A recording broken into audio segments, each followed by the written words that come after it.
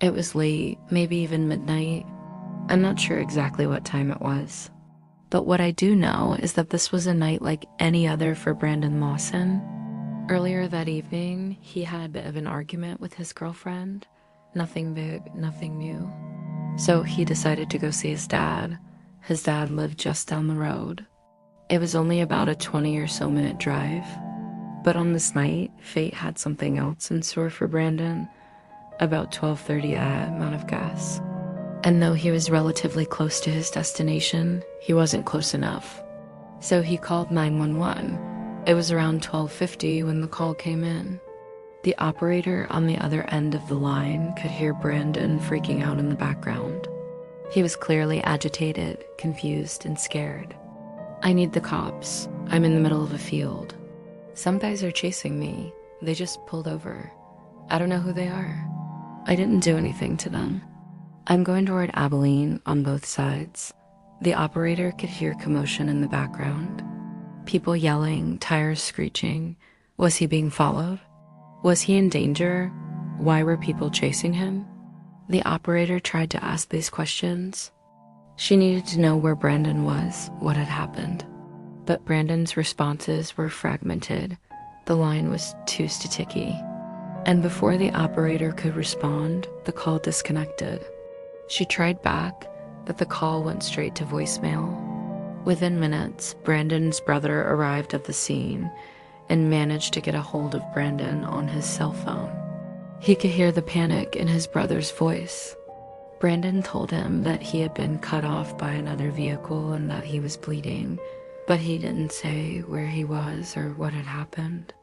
When police arrived, they found Brandon's truck abandoned on the side of the road. There was blood on the steering wheel, but there was no sign of Brandon. There were no tracks leading away from the vehicle, and there was nothing out of place. It was almost as if he'd vanished into the dark Texas brush. For nearly a decade, Brandon's loved ones waited for answers. What had happened on that lonely highway in the middle of nowhere? Where had Brandon gone? Had he been kidnapped? Was he hiding somewhere? Why did he say that he was being chased? Who were these mysterious men? What did they want? The theories abounded, but the truth remained frustratingly out of reach. Did Brandon run off, leaving his problems behind?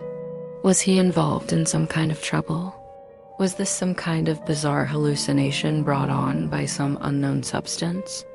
There were as many questions as there were theories, but no one could say for sure what happened until recently. In 2022, 8 years after Brandon's disappearance, partial human remains were found near the site where he vanished. DNA testing later confirmed they belonged to him, but there was no sign of a struggle, no obvious cause of death. It was as if he stepped out of his truck that night and disappeared into thin air. Or maybe, just maybe, those final moments played out in a much more sinister way. Brandon called 911. He said he was in trouble. He said someone was chasing him, and then he stopped speaking. That last part was the hardest for me to say, because saying someone's name and then adding missing to it feels wrong, especially when they have family and friends still out there looking for them. And sometimes it feels even worse when their case grows cold and the world moves on, but their loved ones are still searching. This is why we're telling these stories, to keep their names and faces from fading, to remind the world that they are still out there and to hopefully bring them home. If you have a missing loved one, or you know someone who does, please share your story in the comments below. Also, be sure to subscribe to the channel and hit the bell icon to be notified when new episodes are released. Until then, rest in peace, Brandon Lawson. You asked for help.